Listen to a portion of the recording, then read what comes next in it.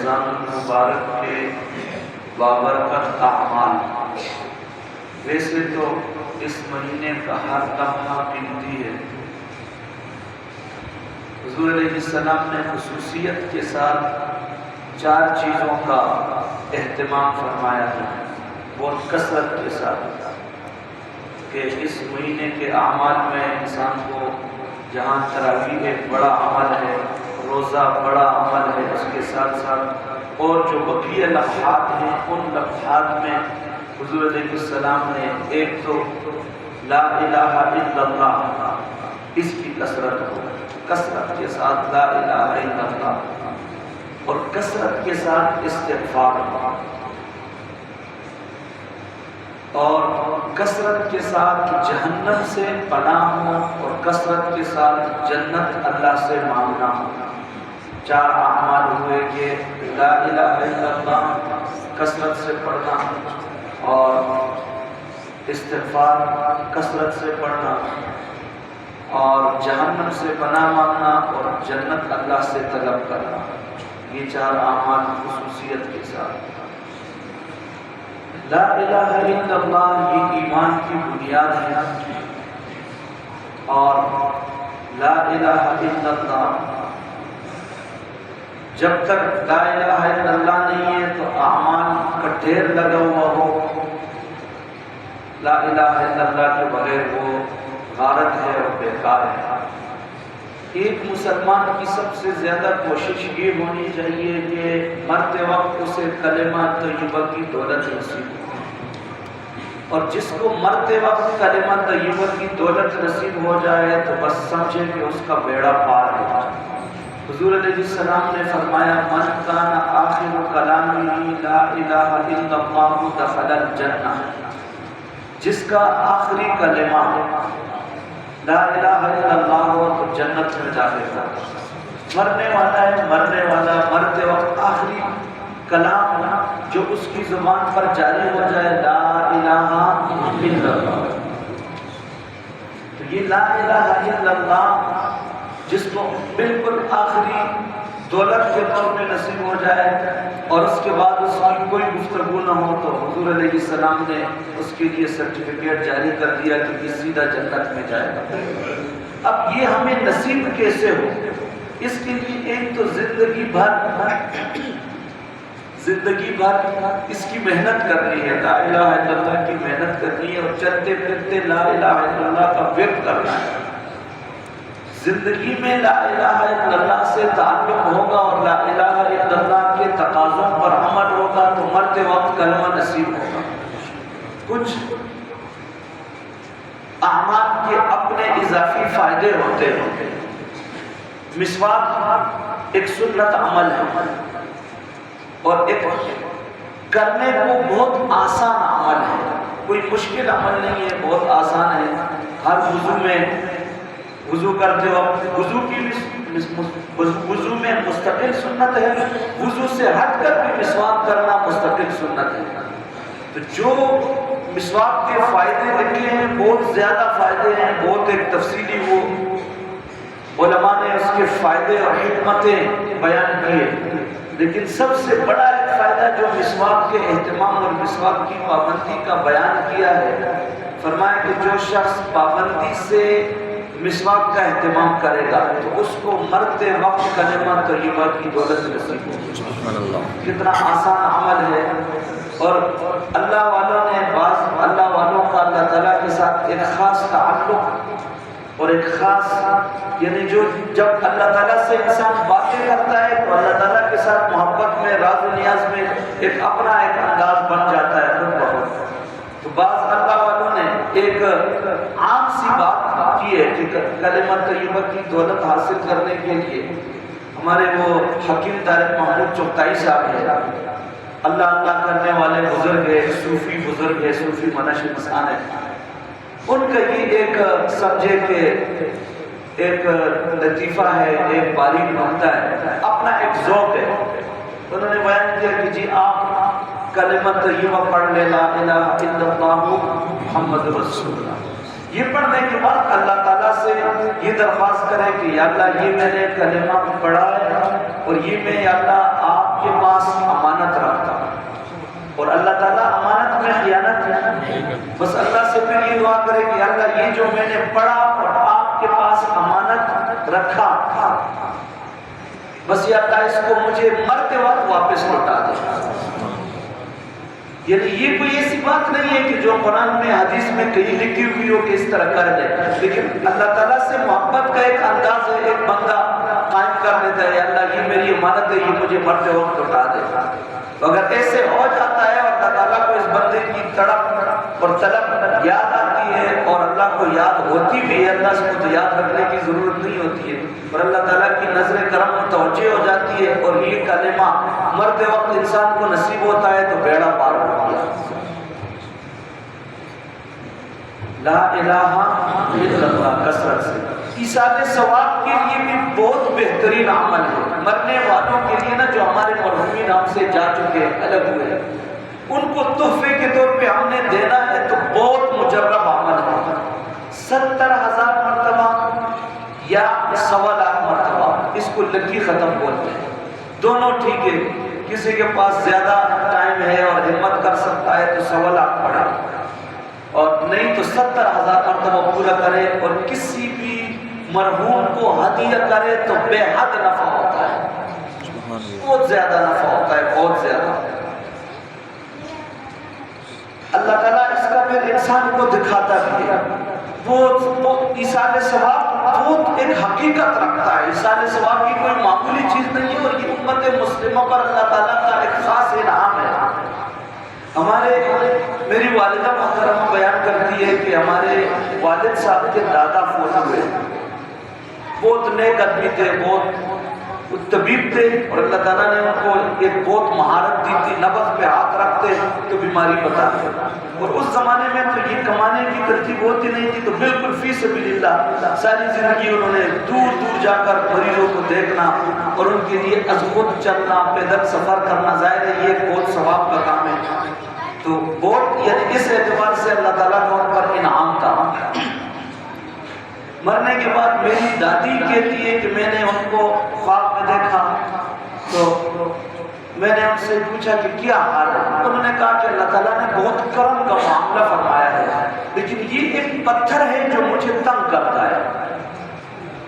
تو میری دادی نے یہ خواب دیکھا، پھر انہوں نے میری والدہ کے سامنے بیان کیا۔ میری والدہ فرماتی ہے کہ میں نے یہ لا الہ الا اللہ کا ختم ان کے لیے، اب اس کا مطلب یہ تھا کہ ان کو کوئی پریشانی ہے، وہ جو کہہ رہے ہیں نا، اور یہ بات یاد رکھیں کہ مردے کو خواب میں اچھی حالت میں دیکھنا بس یہ اچھا ہے، اور تکلیف دہ حالت میں دیکھنا اس کا مطلب یہ ہے کہ مرحوم کو کسی چیز کی ضرورت ہے۔ اب انہوں نے کہا تھا کہ جی مجھے ایک پتھر تنگ کر رہا ہے، اب خدا جانے یہ کیا ایک مشکل تھی، کیا ایک مرحلہ تھا۔ تو میری والدہ فرماتی ہے کہ میں نے لا الہ الا اللہ کا ختم شروع کیا اور 1.25 لاکھ میں نے پورا کیا، اور میں نے ان کو ہدیہ کیا۔ کہتے ہیں کہ دوبارہ ہماری دادی فرماتی ہے کہ مجھے دوبارہ خواب میں آیا، میں نے کہا کہ کیسے ہے، تو انہوں نے فرمایا کہ وہ پتھر مجھے تھوڑا سا تنگ کر رہا تھا، تو میری والدہ کا نام لیا اور دعا دی ساتھ کہ اللہ تعالیٰ ان کو بہت جزائے خیر دے دے کہ انہوں نے مجھے اس مشکل سے جان چھڑائی ہے۔ یعنی پہلے آپ اندازہ لگائیں، یہ بیان کرنے کا مقصد یہ تھا کہ ایک مردہ ہے وہ تکلیف میں ہے، اور پھر جب ان کے لیے یہ عمل ہو گیا اور یہ ثواب ان کو ہدیہ ہو گیا تو اللہ تعالیٰ نے تسلی کے طور خواب اللہ کی طرف سے ایک مبشرات اور ایک سمجھے کہ ایک وہاں کے احوال بتانے کا ایک ذریعہ ہے۔ تو اللہ تبارک و تعالیٰ نے خاص طور پر اس پریشانی جو زندوں کو ہوتی ہے مرحومین کے بارے میں، اس کو دور کرنے کا بھی خواب کے ذریعے بتا دیا کہ جو، اور اس سے یہ اندازہ ہو گیا کہ دیکھیں کہ لا الہ الا اللہ کا جو کلمہ ہے اور اس کا جو ختم ہے یہ کتنا مؤثر ہے۔ اس وجہ سے ہونا یہ چاہیے کہ ہر شخص کے پاس پہلے سے مثال کے طور پہ ایک ختم میں نے پڑھ لیا، مکمل کیا، 1.25 لاکھ ہے یا 70,000 ختم، ایک ختم ہے، 2 ہے، 3 ہے، 4 ہے، 8 ہے، 10 ہے، پڑھ لیا ہے اور رکھا ہوا ہے، ابھی کسی کو ہدیہ نہیں کیا ہے۔ اب کوئی فوت ہو گیا ہے اور کسی سے مجھے محبت ہے، کسی بھی شخص کو جانے والوں کے لیے، دیکھیں ہمیں بہت سوچنا چاہیے تو اب فوری طور پر پہلے جو ہم نے ایک سال پہلے 2 سال پہلے ختم پڑھا ہے اور ابھی کسی کو ہدیہ نہیں کیا ہے، وہ رکھا ہوا ہے، اچانک فوتی ہو گئی اور فوراً اللہ سے دعا کی کہ اللہ وہ جو میں نے لکی ختم پورا کیا تھا لا الہ الا اللہ پڑھ کے اس کا ثواب ابھی جو فوتگی ہوئی ہے مرحوم ہے ہم کو پہنچا دے۔ اس طرح کی چیزیں ہمارے پاس یعنی محفوظ ہونی چاہیے مثال ثواب کے لیے۔ تو لا الہ الا اللہ حضور علیہ السلام نے بہت کثرت سے اس کا اہتمام کیا، زندگی بھر جو اس سے تعلق رکھے گا اور رمضان کے خصوصی اعمال میں سے خصوصی اعمال خصوصیت کے ساتھ لا الہ الا اللہ چلتے پھرتے چلتے، اور اس کے کیا فضائل ہیں۔ حضرت موسیٰ علیہ السلام نے اللہ تعالیٰ سے دعا مانگی اور اللہ تعالیٰ سے اپیل کی، اللہ سے محبت ہے نا، اللہ سے محبت میں کہ اللہ مجھے کوئی خاص چیز دے دے، خاص وظیفہ دے دے۔ اللہ تعالیٰ نے فرمایا موسیٰ لا الہ الا اللہ پڑھنا۔ اللہ تعالیٰ حضرت موسیٰ علیہ السلام نے فرمایا یا اللہ یہ تو بہت عام وظیفہ ہے۔ تو اللہ تعالیٰ نے فرمایا کہ موسیٰ بات یہ ہے کہ اگر 7 زمین اور 7 آسمان کو ترازو کے ایک پلڑے میں رکھ دیا جائے اور دوسرے پلڑے میں اکیلے لا الہ الا اللہ کو رکھ دیا جائے تو یہ بھاری ہو جائے گا۔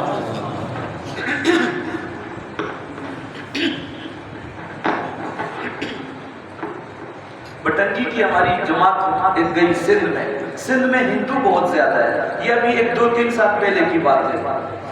ہمارے بٹنگی والے بھائی ابرار صاحب دعوت کی محنت سے بہت انہوں نے یہ کارگزاری خود سنائی۔ یہ تھے کہ اس جماعت میں ایک عالم تھے، وہ ایک ہندو کی دکان پہ گئے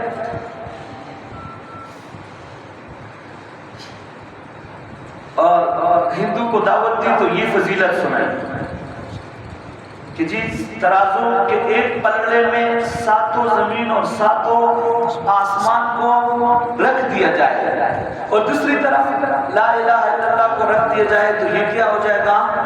بھاری ہو جائے گا۔ اب وہ ہندو ہے، اس کو تو پتہ نہیں ہے کہ کلمے کی کیا حقیقت ہے، اور ظاہر ہے کہ جو جس کل حزب بما لدیہم فرحون، جو جس مذہب پر ہے تو اسی کو ٹھیک سمجھتا ہے۔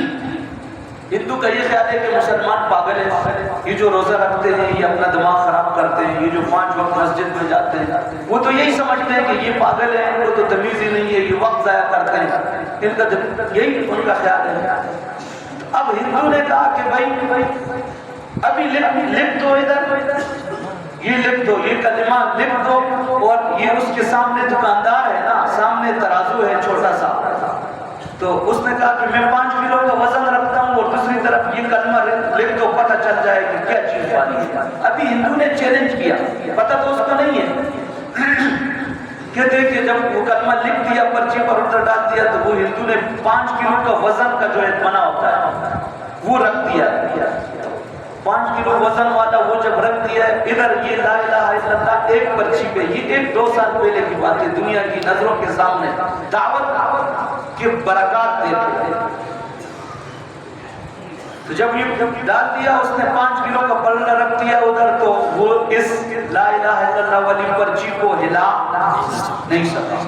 اب اس کو غصہ آ گیا کہ یار یہ چھوٹی سی پرچی ہے اور دوسری طرف 5 کلو وزن ہے، اس نے اور اس کے پاس وزن کے جو پیمانے رکھے ہوئے تھے اٹھا کے رکھنا شروع کر دیا، تو وہ لا الہ الا اللہ کے پلڑے کو ہلا، پھر اس کو غصہ آیا اور اس نے خود دوسرے پلڑے میں کہتے کھڑے ہو کر ایسے غصے سے اس پہ کھڑا ہو گیا اور دوسری طرف لا الہ الا اللہ لکھا ہوا ہے۔ تو جب وہ خود کھڑا ہو گیا تو وہ پلڑا جب ہل نہیں سکا، اس نے کہا یار یہ تو جو مسلمان باتیں کرتے ہیں ان کا دماغ خراب نہیں ہے، یہ ٹھیک کرتے، اس نے فوراً پڑھ لیا لا الہ الا اللہ۔ دیکھیں یہ لا الہ الا اللہ کی حقیقت ہے، یہ اس کا تو کثرت کے ساتھ رمضان کے اعمال میں جو ذکر اور آتا کہ ایک لا الہ الا اللہ ہے، اور دوسرا حضور علیہ السلام نے فرمایا کہ استغفار کرو۔ استغفار کا مطلب کیا ہے؟ استغفار کا مطلب یہ ہے کہ اللہ تعالیٰ سے اپنے گناہوں کی معافی مانگنا، یہ استغفار کا مطلب ہے۔ اور استغفار کے کلمات بعض طویل کلمات ہیں اور بعض مختصر کلمات ہیں۔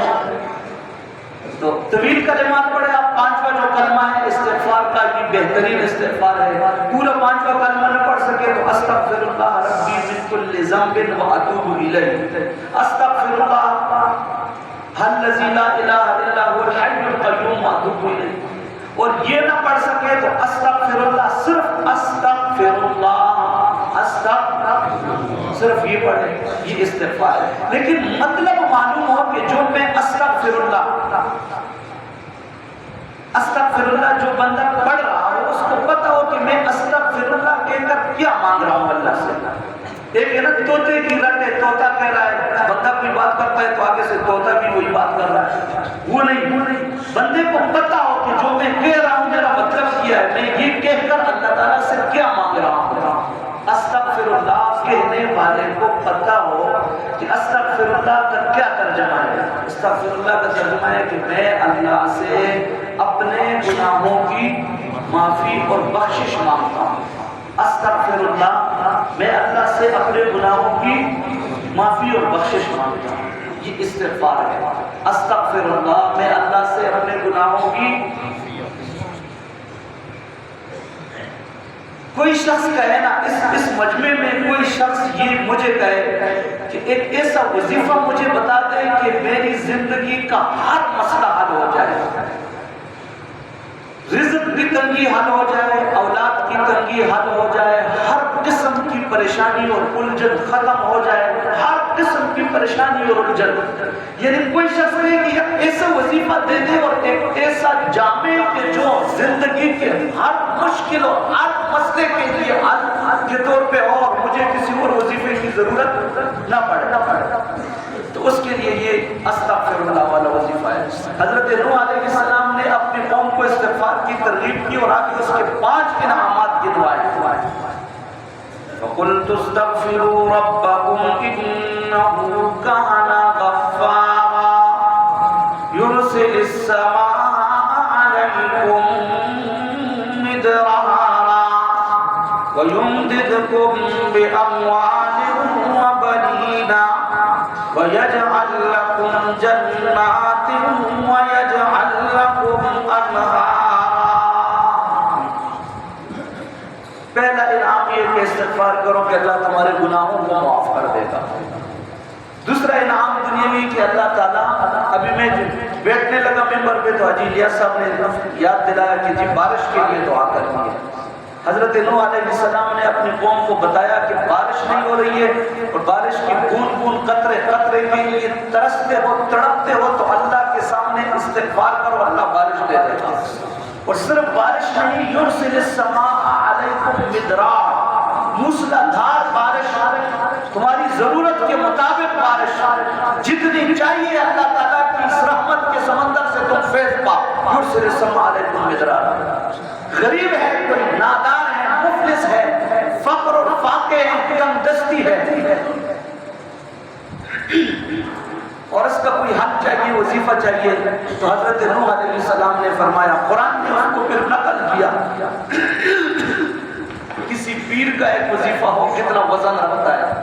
ایک اللہ والے نے کہا کہ میں نے یہ وظیفہ کیا ہے اور اس کا میں نے نقد ثمرہ پایا ہے. تو یہ حضرت نوح پیغمبر ہے، اولو العزم پیغمبر ہے اور قرآن اس وظیفے کو نقل کرتا ہے. فرمایا کہ یمددکم باموال، مال کی ضرورت ہے، فقر و فاقے اور تنگ دستی نے بے حال کر دیا ہے تو استغفار کرو، اللہ تعالیٰ مال دولت کی پریشانی دور کر دیتا ہے. وہ بنینا، نرینا اولاد نہیں ہے، وظیفے پہ وظیفے، روزوں پہ روزے، صدقے پہ صدقے، اعمال پہ اعمال اور گڑ گڑا کر اللہ سے مانگ رہے ہیں. تو حضرت نوح علیہ السلام نے وظیفہ بتایا کہ استغفار کرو، تمہارے لیے اگر یہ پریشانی ہے کہ نرینہ اولاد نہیں ہے تو اللہ تعالیٰ نرینہ اولاد عطا فرمائیں گے. وَيَجْعَلْ لَكُمْ جَنَّاتٍ وَيَجْعَلْ لَكُمْ أَنْهَارًا. استغفار کرو تو اللہ تعالیٰ اپنے خزانوں سے باغات بھی عطا فرمائیں گے اور اپنے خزانوں سے نہریں بھی عطا فرمائیں گے. یعنی ہر طرح کے انسان کی مادی اور روحانی ضروریات اللہ تعالیٰ استغفار کی برکت سے ان چیزوں کو، ضروریات کو غیب کے خزانوں سے پورا فرمائیں گے۔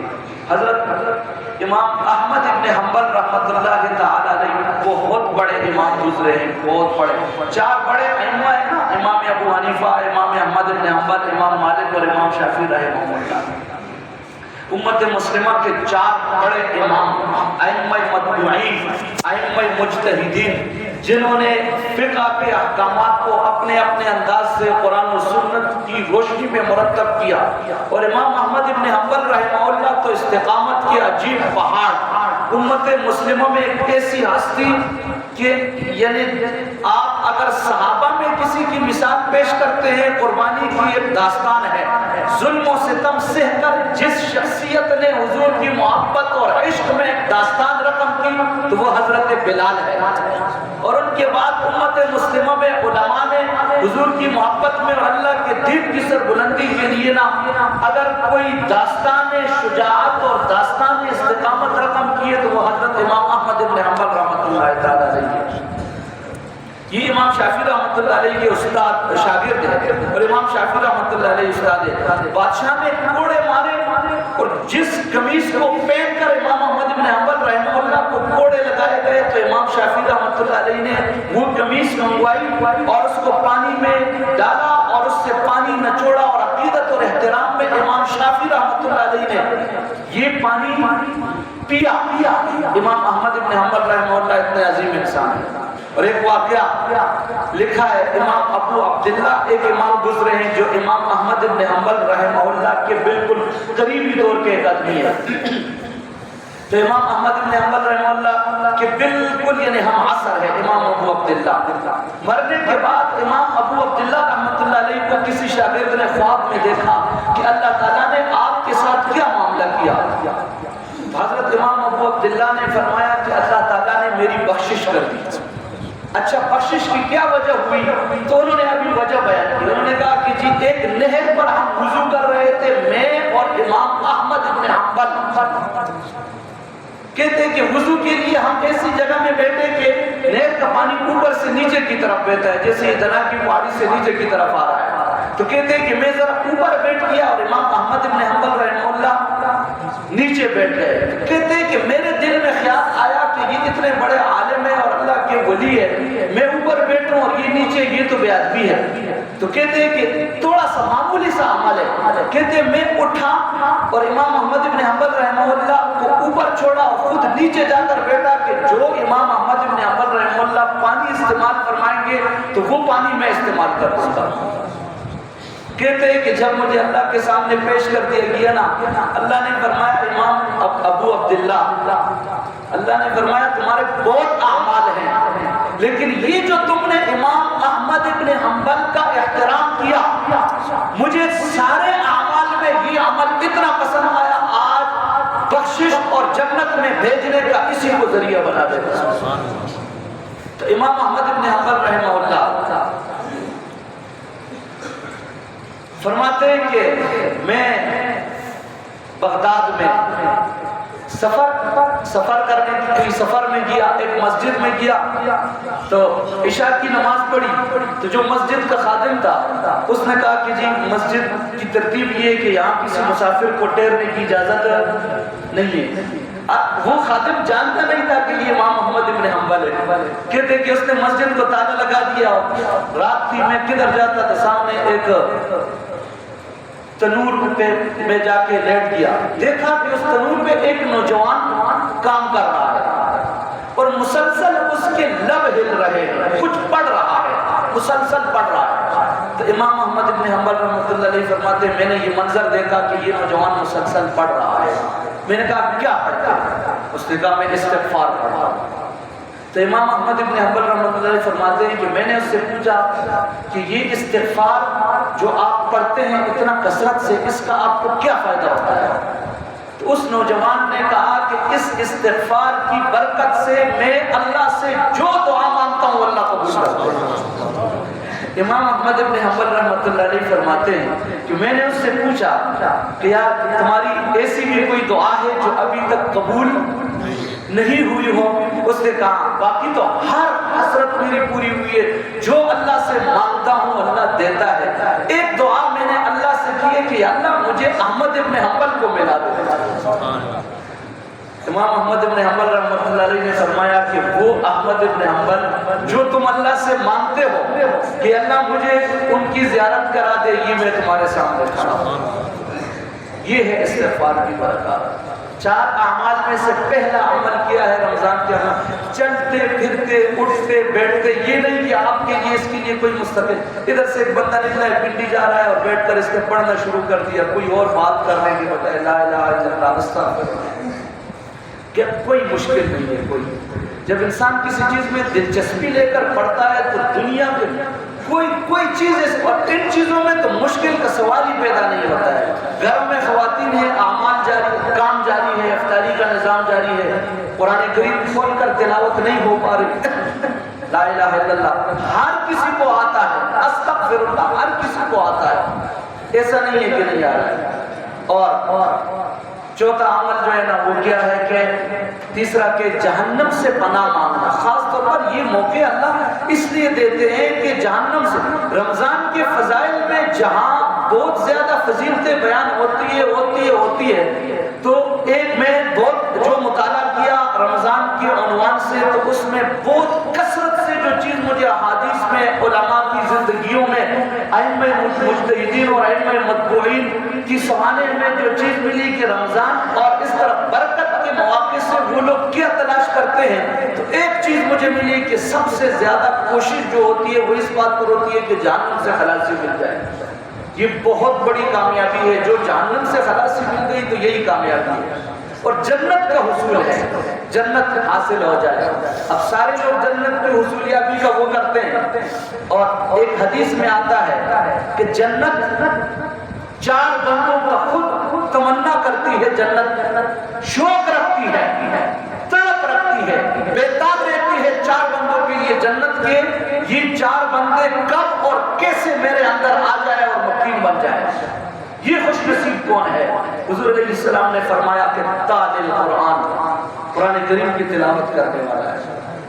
جنت شوق رکھتی ہے یار یہ قرآن کی تلاوت کرنے والا کس طریقے سے یہ مجھ تک پہنچے۔ آج ایک زمانہ ایسا تھا، میں اس پر اکثر ایک بات کہا کرتا ہوں، ایک زمانہ ایسا تھا، آج سے آپ 20 سال پہلے جائیں، علماء کی تقریر ہو رہی ہے، ایک خطیب، ایک واعظ قرآن کریم کی فضیلت بیان کرنے والا یہ رونا رو رہا ہے کہ یار لوگ قرآن پڑھتے تو ہیں لیکن قرآن پر عمل نہیں کرتے۔ یہ ایک عنوان خود سننے کو ملا، بیان کرنے کو ملا، لیکن آج جو چیز میں آپ سے شیئر کرنے لگا ہوں، یا جس پر ایک گلہ ہونا چاہیے، یا جس پر ہمارے اس پر ماتم کرنا چاہیے، وہ یہ نہیں ہے کہ قرآن، آج جو گلہ ہے وہ یہ ہے کہ قرآن پڑھتے ہی نہیں ہے، وہ عمل تو پتہ نہیں وہ کس اس میں چلا گیا ہے، قرآن پڑھتے ہی نہیں ہے۔ آپ اس مجمع میں آپ جتنے بیٹھے ہوئے آج سے 20 سال پہلے پر غور کریں، مجھے تو کم از کم وہ پرانا منظر یاد ہے، بہت میری کم عمر ہے، کہ مسجد میں رمضان کے مہینے میں ایسا ماحول ہوتا تھا، عام نمازی، مدرسے کے طالب علموں کی بات نہیں، وہ تو بیچارے پڑھتے ہی ہے صبح سے شام تک، عام نمازی جو 5 وقت نماز میں آتے تھے تو نمازوں کے بعد مسجد میں ایسا ماحول بنتا، عام نمازی جن میں سے یعنی اگر 100% نہیں تو 90% قرآن کھول کر بیٹھتے اور ضرور تلاوت کر کے جاتے، رمضان میں تو خصوصیت کے ساتھ۔ آج ایسا ماحول بنا ہوا ہے کہ کسی کو یہ جو موبائل ہے اس سے جو فرصت نہیں ہے، چھٹکارا نہیں ہے۔ دیکھیں ہمارے لیے ہم میں سے ہر شخص، میں اپنے آپ کو مخاطب کرتا ہوں، آپ اپنے آپ کو، ہم میں سے ہر شخص یہ سوچے کہ جنت کی اور طلب اور جہنم سے خلاصی کی ہمیں زیادہ ضرورت ہے، ہماری زیادہ مجبوری ہے جہنم سے خلاصی کی یا پیغمبر علیہ السلام کی؟ وہ تو بخشے بخشائے ہیں، ان کے لیے تو جہنم کا تصور نہیں ہے، تو وہ کتنی محنت کرتے ہیں۔ ام المؤمنین فرماتی ہے، میں نے پہلے بھی آپ کے سامنے یہ حدیث نقل کی کہ جب رمضان کا مہینہ، حضور ویسے بھی کتنی عبادت کرتے لیکن رمضان کے مہینے میں فرمایا کہ وہ ایسے ہوتے گویا کہ وہ ہمیں جانتے نہیں، تو ہم اس رمضان کے مہینے میں تلاوت نہ کر سکے، جنت 4 بندوں کا شوق رکھتی ہے، ان میں سے پہلا بندہ کیا ہے؟ طالب قرآن، قرآن کریم کی تلاوت کرنے والا۔ تو جہاں ہم اور اعمال کرتے ہیں، اور ایک بات کی یاد رکھیں کہ جو رمضان کی فضائل میں بات آئی ہے کہ جو نفل، اس میں نفل نماز کا اہتمام اور نفل عمل کا اہتمام کرے گا تو اللہ تعالیٰ اس کو فرض میں، اور ایک فرض کتنے کے بدلے میں ہے؟ آپ یہ سوچیں کہ جو ایک مرتبہ قرآن کی تلاوت مکمل کرے گا، اللہ کی رحمت سے یہ توقع ہے کہ اللہ اس کو 70 قرآن کا ثواب دے گا۔ قرآن کریم کی تلاوت اور یہ اعمال چلتے پھرتے ہمارے یہ اعمال، ہمارے یہ لمحے ضائع نہ ہو۔ پوری گفتگو کا خلاصہ یہ ہے کہ چلتے پھرتے اٹھتے بیٹھتے بس ہمارا یہ وقت قیمتی ہو جائے۔ جو دن گزر گئے، جو بقیہ ہیں یہ بہت قیمتی لمحات ہیں۔ اللہ تبارک و تعالیٰ ان لمحات کو قیمتی بنانے کی توفیق